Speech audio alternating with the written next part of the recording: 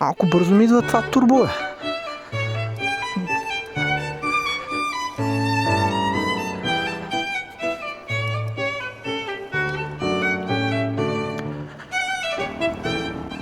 Днеска трябва да ходя да си вземам колата от автосервиза. Оставих я преди 3 дена. Губеше ми антифриз и гледах с ендоскопа някъде по средата на блока течеше. Преди една година сменях гарнитура на главата и понеже аз нямам много време да се занимавам с тези работи, оставих сервиза в сряда и ми звънят на обед и викат: давай тук два основни маркуча на охладителната система трябва да се сменят. Викам: ами добре, супер, колко пари? Около 400 паунда. Викам, малко не ми се даваха толкова, защото обикновено аз си ги правя сам нещата, ама викам, аз ако тръгна да ги правя, кога трябва да е някога събота, неделя, си загубят дните само до това. И викам: ай, прейте. Те ми викат само, че ние днеска като ги поръчаме маркучите, нали, от оригинални фактически, ще дойдат по петък, предполагаме. Днеска е петък, звъня им, казвам: какво става, колата готова ли е? Те ми викат: ами не, той само единия маркуч дойде от едното място, другия маркуч го чакаме, ама предполагаме в понеделник или вторник ще ти е готова колата. И аз казвам: ма как бе, хора?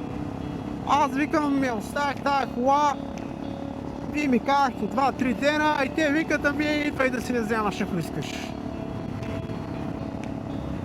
Значи предполагам, малко са ме метнали по върбите, защото и те тук са толкова заети, че и все както в България обират си сладката работа. И сега ще си я вземам. Айде, прибрахме се, сега трябва да ходя за колата. Имам едно малко електрическо колело, чуя се дали да ви покажа. Може и да ви покажа с него как стоят нещата. Да си отида с него да си взема колата.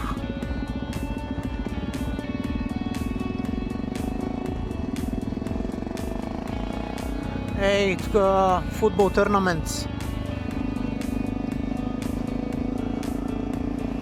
Тренировки, турнаменти, състезания. Аз матч не гледам, сори. Нито един матч не съм гледал през целия си живот. Не знам това хубаво ли е или не, ама просто някакво ма задържи да го гледам този матч. Как крита топката.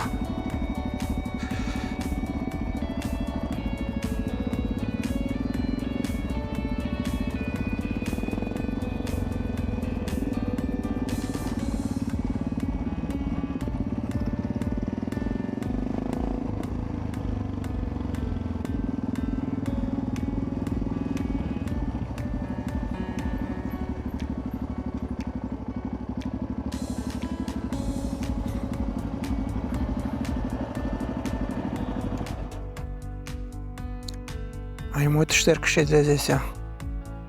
Тя като чуи мотора излиза, знаете.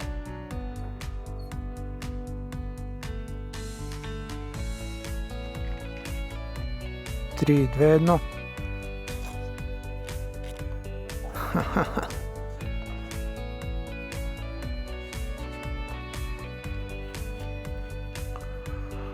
Хора, отивам да си взема колата.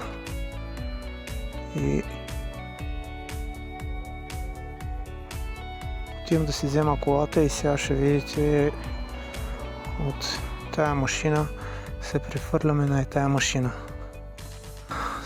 Сменяме тая машина с тая машина. Гледай сега какво става.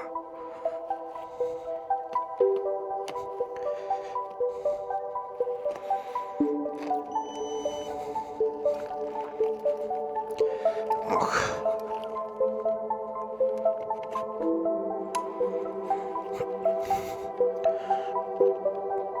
Пускаме на турбо. И газ.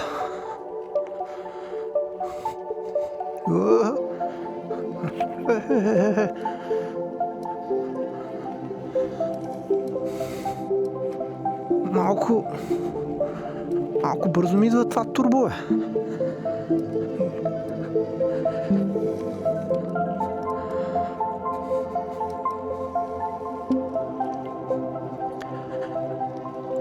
Сега хората малко ще ми се смеят, че съм сказка.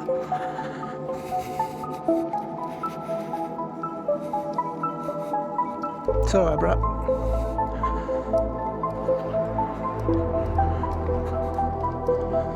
Газ. Здрасте и... Майко.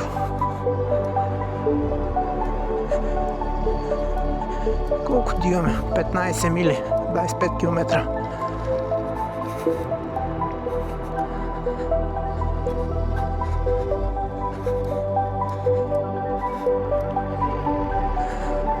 Това е педал асист.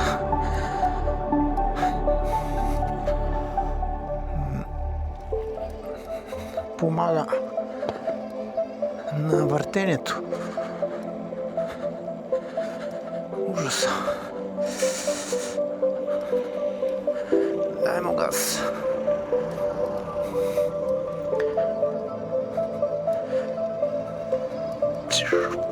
Вау. Направо излитам. Газ.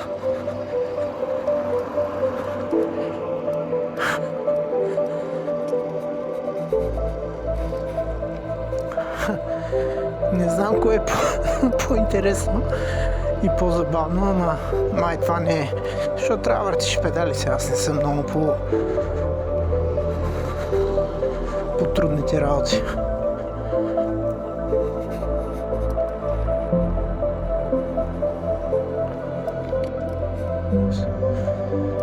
Газ.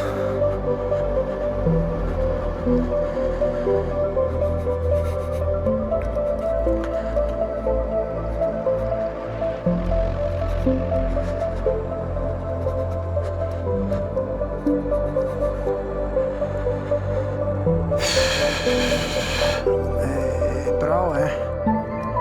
Да се вика... Аз не мога минал тук. С мотора да бях шах.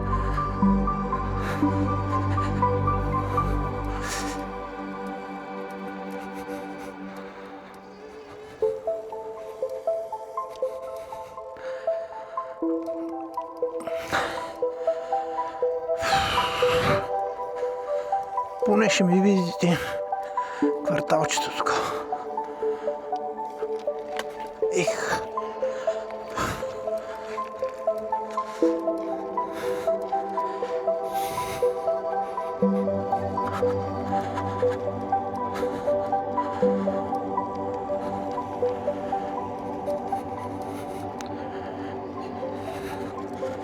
Има ли инфлуенсъри?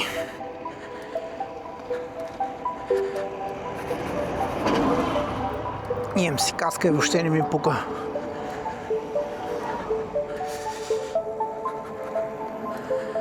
Газ и това е. Сега трябва да слеяме там надолу.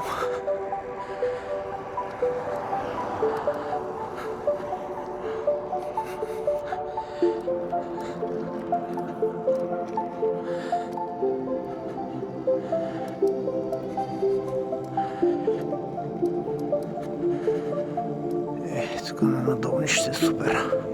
Между другото на Бейра също това колело е много добро, защото е много добра асистенция. Почти чрез въртенето само активираш мотора.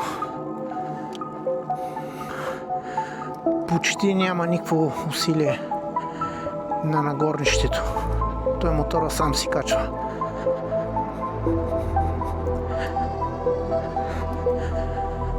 Той се активира малко след завъртането на педалите.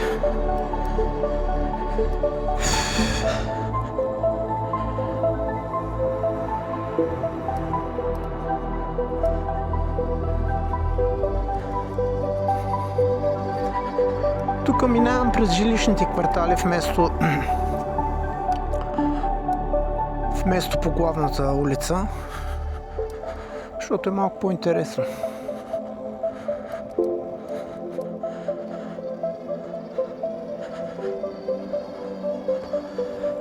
Но все пак трябва да съобразяваме и с другите участници. То тук малко колездачи да не си, защото, или по-скоро да си, защото колездачите се едно, че имат целия свят тук. Винаги някой им е виновен. Никога те не са виновни и много обичат да се разправят, само чакат за нещо. Само нещо някъде чакат и деднат някой да ги настъпи за нещо. Сега трябва да видим как ще пресичаме тук. Тая магистрала. Ние сме газ. Давай педал асист. Ето, сега на бърчето. Ето, на Баир. В момента сме на Баир, не знам, може да не се личи. Но аз почти не никакво усилие. И сме с 12-13 мили. Сигурно аз просто активирам 10% може би от цялата тая сила.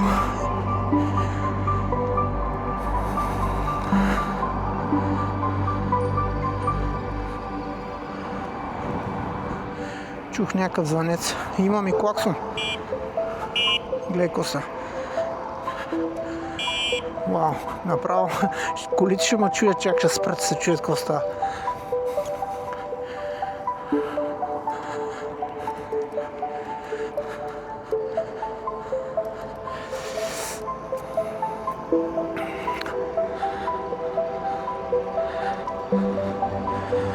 Какво става, колега?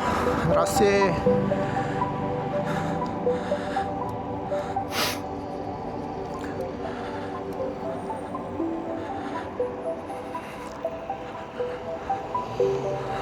Почти стигнахме. Ето. Последен завой. И сме там на BKT Motors. Там, където е BMW-то, естествено, качено на Recovery. Заради този шеф, сега ще видим, ще минем ли оттам. Ще се опитам, за да не излизам на пътя. Надявам се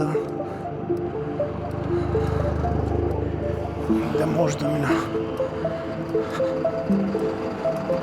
Хапва си чипше и въобще ето BKT Motor Services. Моята кола е това. Peugeot.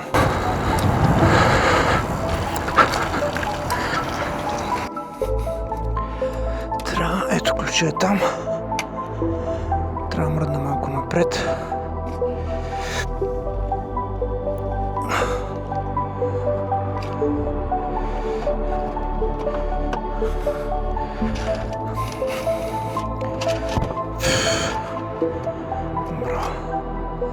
Свалям си каската.